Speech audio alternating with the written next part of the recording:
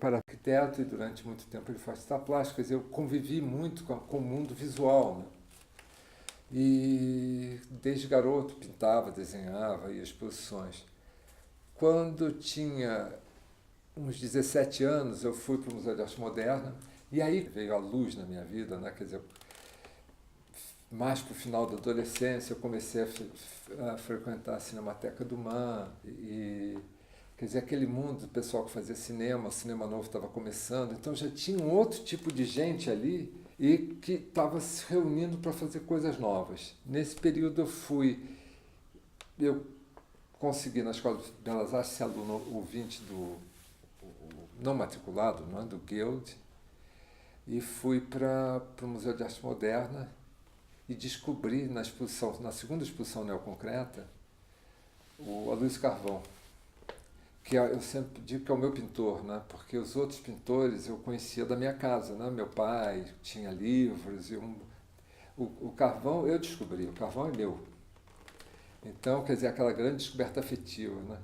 E fui ser aluno do Carvão. E o Carvão dava aulas maravilhosas, e aulas que aproximavam as pessoas, né? Você, em geral, a aula não era prática, você levava seu trabalho e todos criticavam, e fazia uma roda e nessa crítica você aproximava e conhecia o ponto de vista dessa gente toda. Aí, nesse momento, eu falei, eu sou artista, quer dizer, eu sou artista plástico.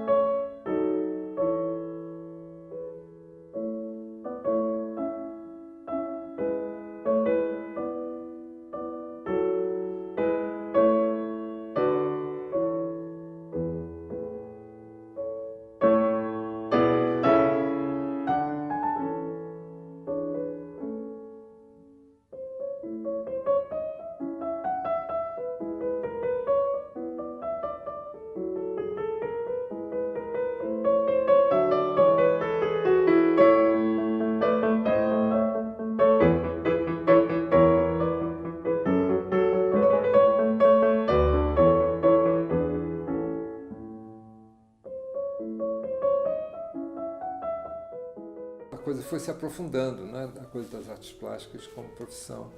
E aí vai se tomando caminho, né? E tive bolsa para a Europa, eu fui para a França, depois fui para a Inglaterra, fui para Portugal. Quando voltei dessas várias viagens, comecei a dar aula, que era uma maneira de me manter, né? Que era uma maneira também de refletir sobre arte, né?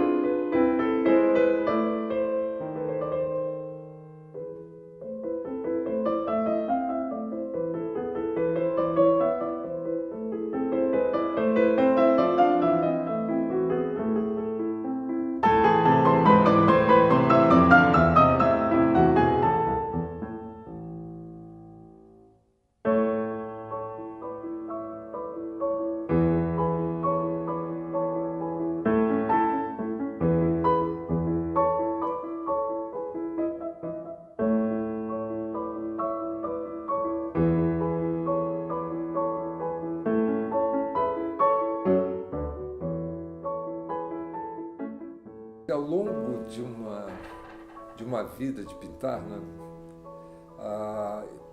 Uma vida de artista, você tem momentos de ruptura, né? Alguns momentos de ruptura. E aparentemente sempre tem uma razão externa.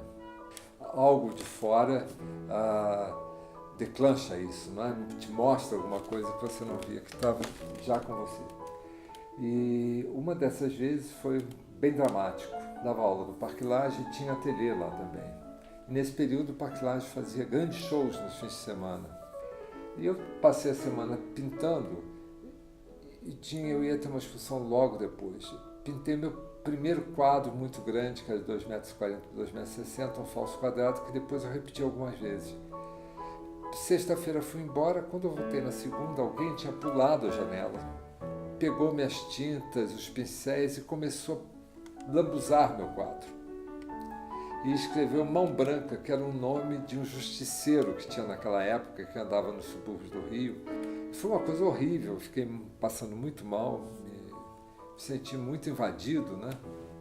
E o espaço de pintura é um espaço completamente individual, porque a gente trabalha sozinho, não é como outras funções que você trabalha em equipe, então você tem sempre opinião, você trabalha completamente só e esse cara vai lá e suja seu quadro com sua própria tinta. Então era muito estranho, porque seu quadro era sujo, mas com as cores que eu uso, com os pincéis que eu uso.